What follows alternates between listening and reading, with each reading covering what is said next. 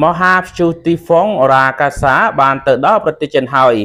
បន្ទាប់ពីបង្កការបំផ្លិចបំផ្លាញយ៉ាងធំធេងនិងបណ្ដាលឲ្យមនុស្សចំនួន17នាក់ស្លាប់និងរបួស90នាក់នៅកោះតៃវ៉ាន់ជូរសាហាវបំផុតលើโลกប្រចាំឆ្នាំ2025មួយនេះបានហោះសម្ដៅទៅប្រទេសចិនជាមួយនឹងល្បឿនកម្ពស់250គីឡូម៉ែត្រក្នុង1ម៉ោងត្រូវបានកត់ត្រានៅតំបន់ថៃសាននៃខេត្តខ្វាងតុងបង្ខំឲ្យមានការជម្លៀសមនុស្សជិត2លាននាក់នៅភាគខាងត្បូងយ៉ាងណាក្រោយមកវាបានធ្លាក់កម្លាំងខ្យល់នៅត្រឹម144គីឡូម៉ែត្រក្នុង1ម៉ោងពេលវាយប្រហារទីក្រុងយ៉ាងជៀននៅរាត្រីថ្ងៃពុធទី24ខែកញ្ញាឆ្នាំ2025ដោយសារអធិពលរបស់វាខេត្តខ្វាងតុងបានចេញការព្រមានពណ៌ក្រហមឲ្យពលរដ្ឋមានការប្រុងប្រយ័ត្នខ្ពស់ជាពិសេសអ្នករស់នៅតាមតំបន់ភ្នំមុនពេលទៅដល់ដីគោកចិនព្យុះរាកាសាបានបំផ្លិចបំផ្លាញកោះតៃវ៉ាន់ដោយវាយប្រហារទីក្រុងកងហ្វូតំបន់ហ៊ុយលៀននៅពេលដែលបឹងមួយកន្លែងបានហោះហៀធ្វើឲ្យទឹកចាល់និងហូរកាត់ទីប្រជុំជននាំមកនៅភក់ថ្មបណ្ដាឲ្យអគារនានាបាក់រលំថៃប្រកាសអាសន្នក្រោយផ្លូវក្បែរតំបន់បាក់ស្រុតមួយទៀតជ្រាបទឹកអាជ្ញាធរថៃនៅព្រឹកថ្ងៃទី25ខែកញ្ញាបានប្រកាសអាសន្ននិងបិទផ្លូវ30សេនជាបណ្ដោះអាសន្នបន្ទាប់ពីមានទឹកបានជ្រាបហូរចេញពីក្រោមផ្លូវធ្វើដំណើររបស់ពលរដ្ឋថៃដែលមានចម្ងាយប្រមាណជា2គីឡូម៉ែត្រពីតំបន់បាក់ស្រុតទល់មុខមន្ទីរពេទ្យវិចារាមន្ត្រីជំនាញថៃកំពុងប្រញាប់បញ្ញាបិទតំបន់នោះដោយខ្លាចមានការបាក់ស្រុតដីម្ដងទៀតយោងទៅតាមប្រព័ន្ធផ្សព្វផ្សាយរបស់ថៃផ្លូវ30សេនដែលជាប់នឹងផ្លូវដែលបាក់ស្រុតចម្ងាយត្រឹម2គីឡូម៉ែត្រពីគ្នាបានជ្រាបចេញទឹកខុសពីធម្មតាដែលជាសញ្ញាមួយអាចនឹងបង្កឲ្យមានការបាក់ស្រុតដីម្ដងទៀតនៅក្នុងជម្រៅមិនធ្លាប់មានអាជ្ញាធរថៃបានបិទចរាចរណ៍ធ្វើដំណើរនៅលើផ្លូវ30សេនជាបណ្ដោះអាសន្ននិងរងចាំការជូនដំណឹងសារជាថ្មីគួរកត់សម្គាល់ថាទីក្រុងបាងកកប្រទេសថៃកាលពីព្រឹកថ្ងៃទី24បានជួបឧបទ្ទហេតុបាក់ដីដ៏ធំមួយបានបណ្ដាលឲ្យស្រុតផ្លូវបង្កើតទៅជារណ្ដៅជម្រៅទទឹង30ម៉ែត្របណ្ដោយ30ម៉ែត្រនិងជម្រៅ50ម៉ែត្រហេតុការណ៍នេះបានកើតឡើងនៅទល់មុខមន្ទីរពេទ្យវិចារានៅក្នុងទីក្រុងបាងកកប្រទេសថៃដោយមានរថយន្តមួយចំនួនបានធ្លាក់ចូលទៅក្នុងរណ្ដៅតែមិនមានរបាយការណ៍អ្នកស្លាប់ឬរងរបួសនោះឡើយប៉ុស្តិ៍ប៉ូលីស30សេនប្រឈមនឹងការដួលរលំនៅក្នុងរណ្ដៅដ៏ធំនៅទីក្រុងបាងកកស្នាមប្រេតដ៏ធំត្រូវបានរកឃើញនៅក្រោមអគារប៉ុស្តិ៍ប៉ូលីស30សេននៅក្នុងទីក្រុងបាងកកប្រទេសថៃនៅព្រឹកថ្ងៃទី25ខែកញ្ញាឆ្នាំ2025ដែលស្នាមប្រេតនេះត្រូវបានមើលឃើញកាន់តែច្បាស់ឡើងនិងមានទំហំធំជាងការបាក់ស្រុតកាលពីថ្ងៃទី24ខែកញ្ញាទៅទៀតនេះបើយោងទៅតាមសារព័ត៌មាន The Nation នៅថ្ងៃប្រហ័សនេះផ្អែកតាមឧបករណ៍វាស់ស្ទង់ដែលបានដាក់ពង្រាយនិងបានបង្ហាញថាអគារនេះបានត្រៀតតូទៅរករណ្ដៅដ៏ធំមួយដែលកើតឡើងពីការបាក់ស្រុតកាលពីម្សិលមិញដែលបង្កឲ្យមានការព្រួយបារម្ភអំពីផលប៉ះពាល់ដល់ហេដ្ឋារចនាសម្ព័ន្ធដែលអាចកើតមានឡើងចំពោះអគារជុំវិញនោះអាជ្ញាធរបានចេញការព្រមានដ៏តឹងរ៉ឹងនិងហាមមិនឲ្យសាធារណជនចូលទៅក្នុងតំបន់នោះឡើយសូមជម្រាបថានៅព្រឹកថ្ងៃពុធទី24ខែកញ្ញាឆ្នាំ2025កំណត់ផ្លូវទល់មុខប៉ុស្តិ៍ប៉ូលីស30សេនបានបាក់ស្រុតបង្កើតជារណ្ដៅទំហំជម្រៅប្រមាណជា50ម៉ែត្រតំបន់នេះកំពុងស្ថិតក្រោមដំណើរការសាងសង់គម្រោងរថភ្លើងក្រោមដីការសន្មតដំបូងបង្ហាញថាវាបណ្ដាលមកពីស្ថានភាពនៃដីនិងទឹកក្រោមដីនៅក្នុងតំបន់ដែលបានផ្លាស់ប្ដូរស្ថិរភាពនិងលក្ខណៈសម្បត្តិរបស់ដីជាដំណោះស្រាយអាជ្ញាធរនឹងបោះទម្លាក់បាវខ្សាច់ជិត50000បាវទៅក្នុងប្រហោងដីរវាងផ្លូវរួងរថភ្លើងក្រោមដីនិងស្ថានីយ៍ការបិទប្រហោងដីដោយប្រើស៊ីម៉ង់និងខ្សាច់តាមផែនការស្ដារផ្លូវដែលបាក់ស្រុតនេះគឺផ្ទៃដីបណ្ដោះអាសន្នត្រូវបានសាងសង់ឡើងវិញដើម្បីបើកដំណើរការផ្លូវ30សេនវិញក្នុងរយៈពេល2សប្ដាហ៍បន្ទាប់មកនឹងជួសជុលអគារដែលរងផលប៉ះពាល់រួមទាំងប៉ុស្តិ៍នគរបាល30សេនផងដែរ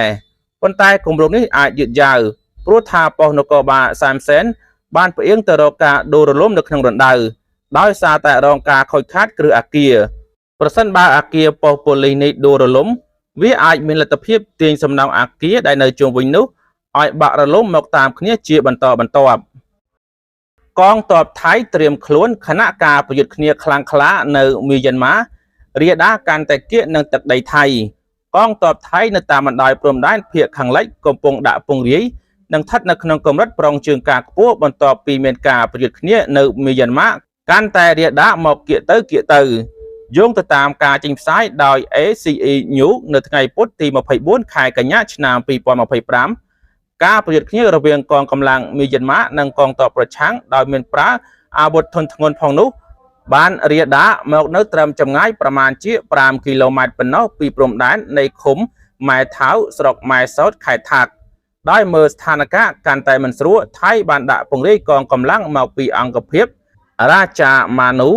កងកម្លាំងណារ៉ូសៀមកងវរៈសេនាធំថ្មើរជើងលេខ35និងនគរបាលល្បាតព្រំដែន34នៅស្រុកម៉ែសោតអ៊ុំផាងផោប្រាថាសងយ៉ាងនិងម៉ែរ៉ាម៉េតនៅក្នុងខេត្តថាកដោយស្ថិតនៅក្នុងកម្រិតប្រងជើងការខ្ពស់ភូមិភាគ3របស់ថៃក៏បង្កើនការល្បាតនិងត្រួតពិនិត្យស្ថានភាពនៅតាមបណ្ដោយព្រំដែនផងដែរដោយឈរជើងលើ24ម៉ោងដើម្បីត្រៀមខ្លួនដោះស្រាយបញ្ហានាយករដ្ឋមន្ត្រីថៃថានឹងបិទព្រំដែនរហូតដល់ការគម្រាមកំហែងត្រូវបានដោះស្រាយនាយករដ្ឋមន្ត្រីថៃលោកអានូទីនឆាវីរៈគុលបានលើកឡើងថាចំហរបស់ថៃលើវិស័យការទូតនៅតែមិនមានការផ្លាស់ប្ដូរនោះទេថៃនឹងបន្តការចរចាប៉ុន្តែកម្ពុជាត្រូវតែដកអាវុធធុនធ្ងន់និងកងទ័ពចេញពីព្រំដែនជាមុនសិនប្រសិនបើមិនអញ្ចឹងទេនោះគ្មានការពិភាក្សាអាចដំណើរការបាននោះទេលោកបន្តថាយើងនឹងរក្សាការបិទព្រំដែនរហូតដល់ការគម្រាមកំហែងពីកម្ពុជាត្រូវបានដោះស្រាយប៉ុន្តែតាមពិតកងទ័ពថៃទៅវិញទេដែលបានដឹកជញ្ជូនអាវុធពង្រាយទាហានប៉ូលីសគម្រាមកំហែងលើកម្ពុជារួមទាំងការបិទព្រំដែនក៏ភាគីថៃជាអ្នកចាប់ផ្ដើមមុនដោយឯកតោភាគីផងដែរនិយាយនៅមុខមន្ទីរពេទ្យវីរាយ៉ាជាកន្លែងដែលមានការបាក់ស្រដីដ៏ធំនៅក្នុងទីក្រុងបាងកកនៅថ្ងៃទី24ខែកញ្ញាលោកអានូទីនបញ្ជាក់ថាលោកនឹងធ្វើដំណើរទៅត្រួតពិនិត្យបន្ទាត់ព្រំដែនដោយផ្ទាល់ភ្នែកនេះបើយោងទៅតាមការចុះផ្សាយដោយសារព័ត៌មាន The Nation នៅថ្ងៃទី25ខែកញ្ញាឆ្នាំ2025លោកអានូទីនបានលើកឡើងថានៅព្រំដែនថៃមានទាំងយោធានិងរដ្ឋបាលតំបន់ប្រចាំការហើយបានប្រគល់ឲ្យកងទ័ពជាអ្នកសម្រេចចិត្តតាមរយៈក្រុមប្រឹក្សាសន្តិសុខជាតិខណៈស្ថានភាពនៃភាពអាសន្នត្រូវបានប្រកាសរួចហើយនៅក្នុងតំបន់នេះលោកអានូទីនបានគូបញ្ជាក់ថាការសម្រេចចិត្តអាចត្រូវធ្វើឡើងដោយមេបញ្ជាការកងទ័ពតំបន់ទាំងពីរ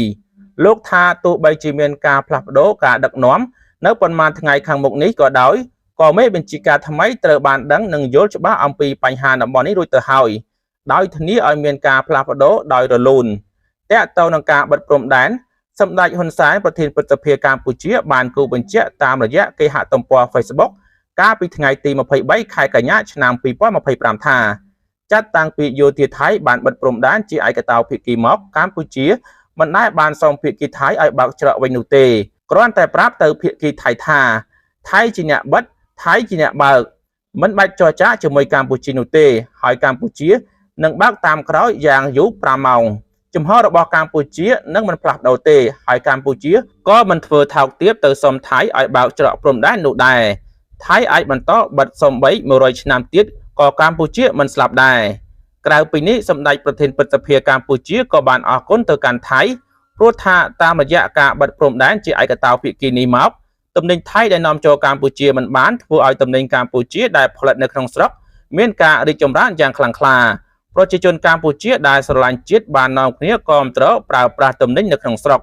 ដែលនេះនឹងគាំទ្រដល់ការរីកចម្រើនខាងសេដ្ឋកិច្ចសម្រាប់រយៈពេលវែងសម្ដេចបានសង្កត់ធ្ងន់ថាជាង3ខែដែលអត់ទំនិញថៃទីផ្សារកម្ពុជាមានស្ថិរភាពមានទំនិញប្រើប្រាស់គ្រប់គ្រាន់និងអតិផរណាទាបនិយាយដោយឡែកនិងនិយាយជារួមម៉ាក្រូសេដ្ឋកិច្ចគ្រប់គ្រងបានល្អទន្ទឹមនឹងនេះសម្ដេចហ៊ុនសែនបានគូបញ្ជាក់ថាសម្រាប់សំណូមពររបស់ជប៉ុនដែលវិនិយោគនៅថៃផងនៅកម្ពុជាផង